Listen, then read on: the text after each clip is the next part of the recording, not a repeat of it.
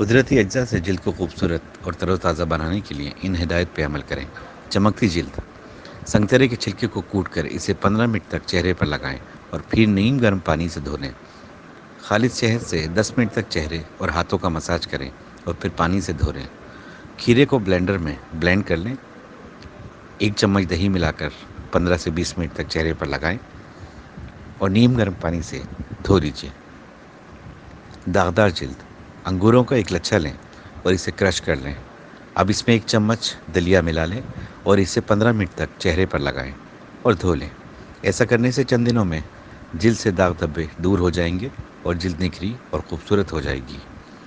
جلد کی صفائی: جلد کی رنگت نکھارنے کے لیے 1 انڈے کی سفیدی لیں اور اسے پھینٹ لیں۔ اب اس میں 1 چمچ بٹر مکس ملا کر 20 منٹ تک جلد پر لگائیں۔ 1 انڈا لیں، اسے پھینٹ لیں اور اب اس میں 1 چمچ چھاچھ ملا لیں۔ 15 سے 20 منٹ تک جلد پر لگائیں اور نیم گرم پانی سے دھو لیں۔ حساس جلد: حساس جلد کے لیے 1 چمچ خالص شہد لیں اور اس میں 1 چمچ دہی ملا کر 10 منٹ تک جلد پر لگائیں۔ روکھی جلد: روکھی اور خشک جلد کو تر و تازہ بنانے کے لیے 1 آلو کا برتا لیں۔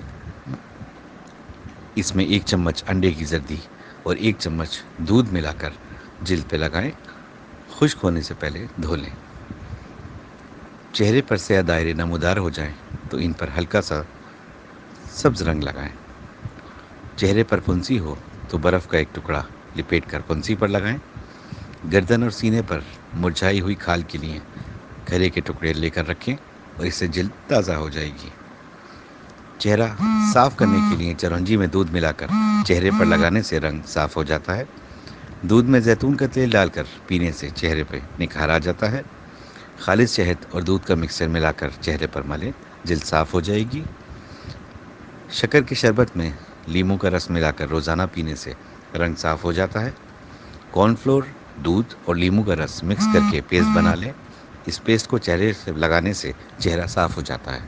Subscribe to Zoya life health care channel on YouTube۔